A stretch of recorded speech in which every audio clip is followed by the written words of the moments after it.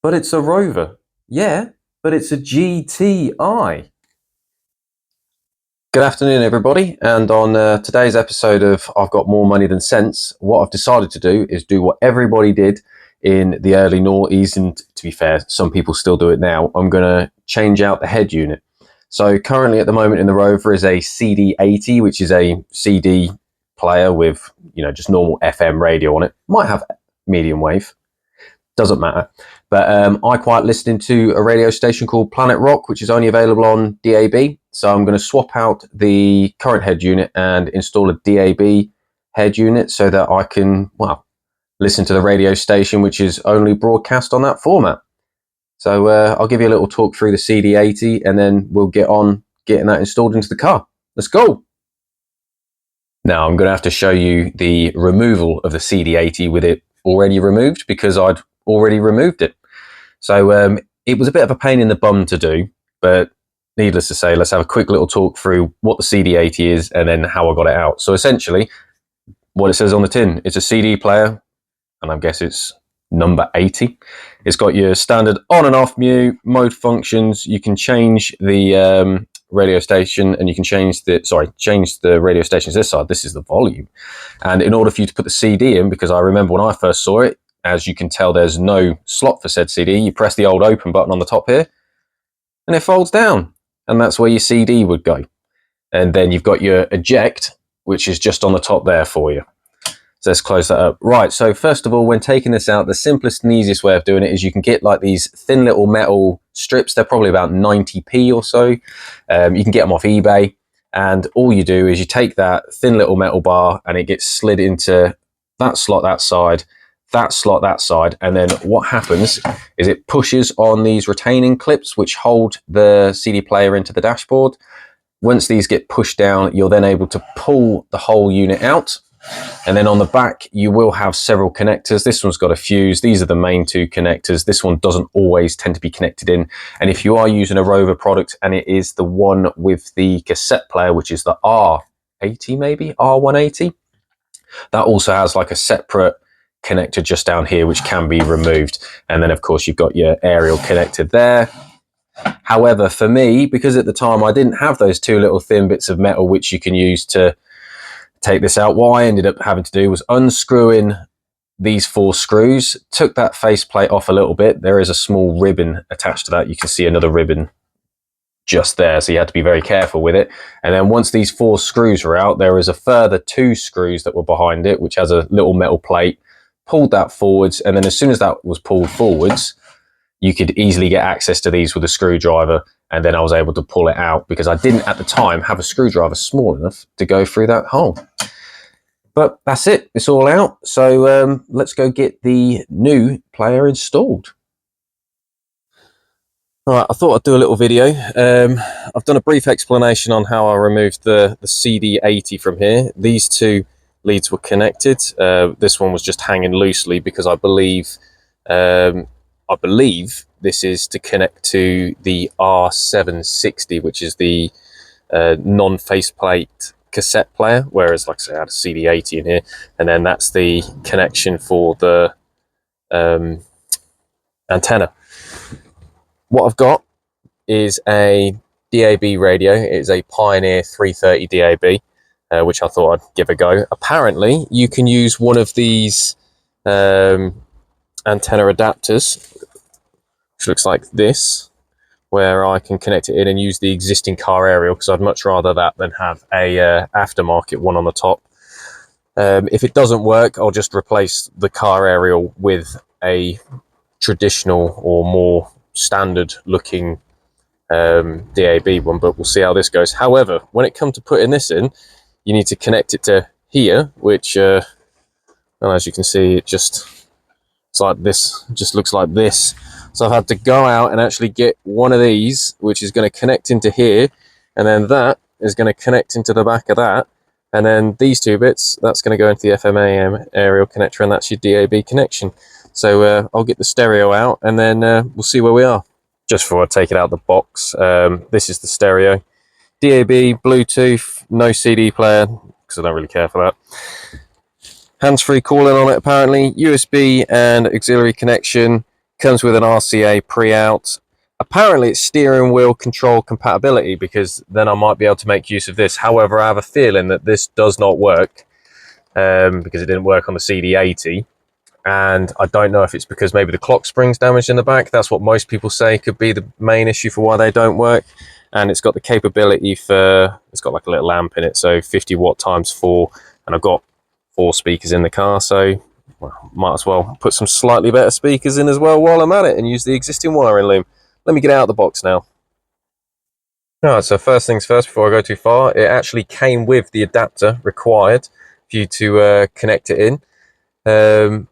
From the looks of these things, I'm guessing it looks like you can separate the power.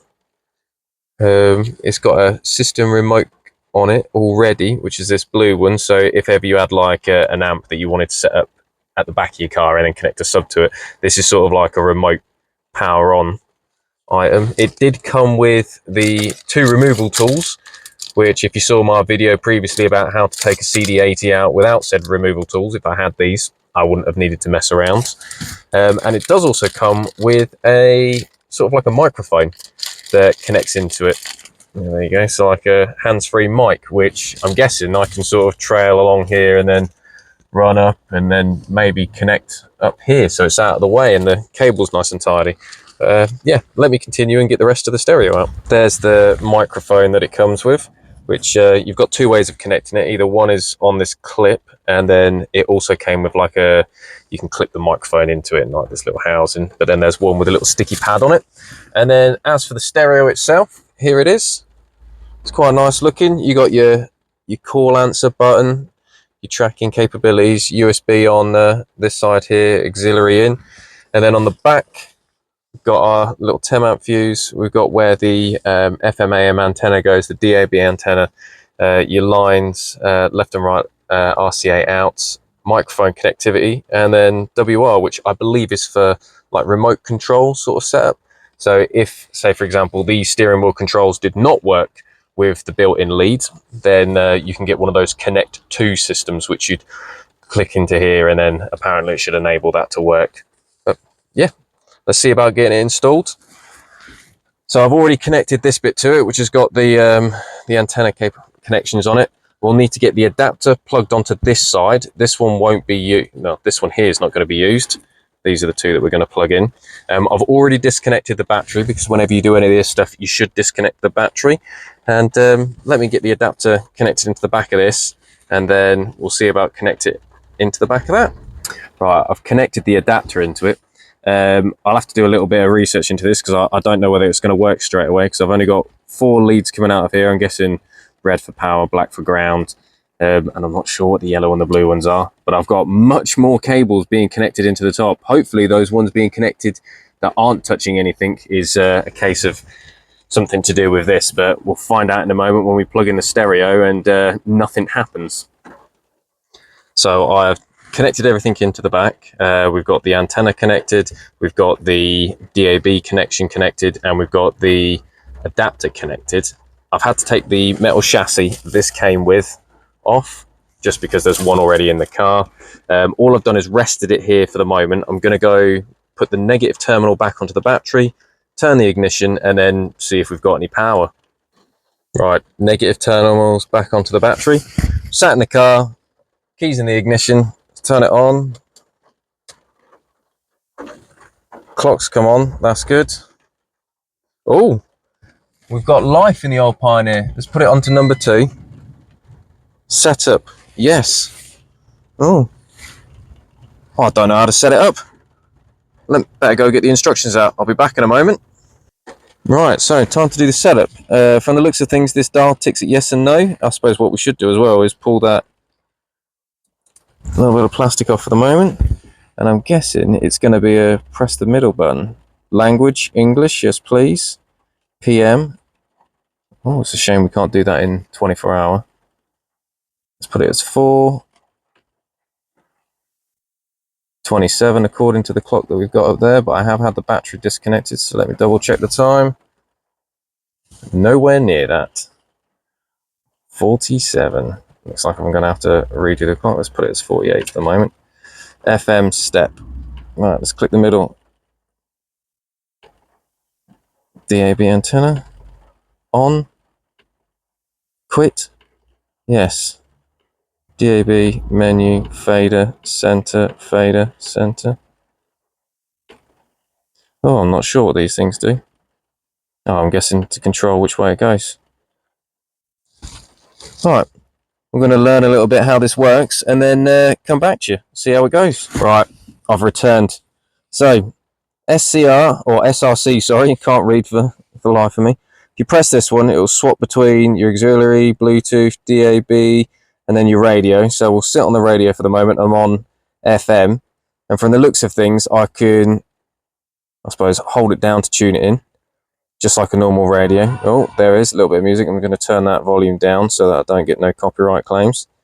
But yeah, it's exactly the same with when it came to the DAB. Flashback stereos on there. I suppose you can press next and then it picks the different style of things with inside the different DABs. And then you just mess around with this a little bit, select whichever one you want, and it will come up with the DAB selection stations because they're broken down into particular areas. I personally am about to go try and find classic rock, and the DAB does work even though I'm using that adapter with the actual car stereo aerial. So I haven't had to upgrade it, which will put one of them glass ones on, which I'm actually really happy about. Let me mess around with this a little bit more and I'll see if there's anything extra that I can find out about it. Right, I've now got the engine ticking over. You can see it says rock music. I've figured out how to do presets now. So I've got it on the DAB, bit of history, it says it's pop music. I mean, I suppose. Got Kerrang radio, rock music, and then my personal favourite, which is Planet Rock, which I've got on here. Got the music turned off though. Got the clock set up so it's now showing the right time as well, which is always good. In fact, it needs to go forwards 1 more minute. There we go. So yeah, that all works. That's all connected. All I've got to do now is find a way to route this microphone, which I don't feel like is a job for right now. Although, oh, I don't know, I might do it, and get this connected into the back there, and then that's it. That'll be sorted, and then my next job will be installing 4 new speakers that sound a little bit more vibrant than the ones that have come stock in the car. Stuck with Pioneer because I thought, you know what, might as well keep it all the same. But yeah, I'm really proud of that for the moment. Oh, and I suppose I've got to set up my Bluetooth hands-free calling as well, otherwise I sort of negate the facility of it being on there. But yeah, no worries. Let me get this sorted and I'll talk back to you in a second. Right, I have successfully managed to get my mobile phone paired to this as well. So, Alexander. So I got my telephone put on there, got the radio set up. I haven't set anything up with the aux because don't need to. Bluetooth audio's all connected in there so they all play off of my music subscriptions as well. And then of course the DAB. The only thing I haven't done is put the microphone in, but once the microphone's in, that's it. Radio's set up and good to go. Like I say, last thing to do will be put some speakers in because the sound quality of these that are in the car is absolutely atrocious. But I'll leave that for another time. So yeah, success. Top quality item. You can take it out obviously and still turn it off as well, but yeah, good bit of kit. I'd also like to take this moment to thank you guys for staying along and watching me struggle install a stereo into my car, which I'm guessing 20 plus years ago would have been a standard thing for someone to do. Yeah, it was exciting. I had a good time doing it. If you enjoyed watching this video or you found it interesting or learned anything from it, please feel free to like and subscribe. I'm going to do a little bit more work to the car and just keep enjoying it and live out my 17, 18-year-old dreams of freedom and messing around with a crappy little hatchback. Anyway, thank you very much for enjoying. Bye-bye.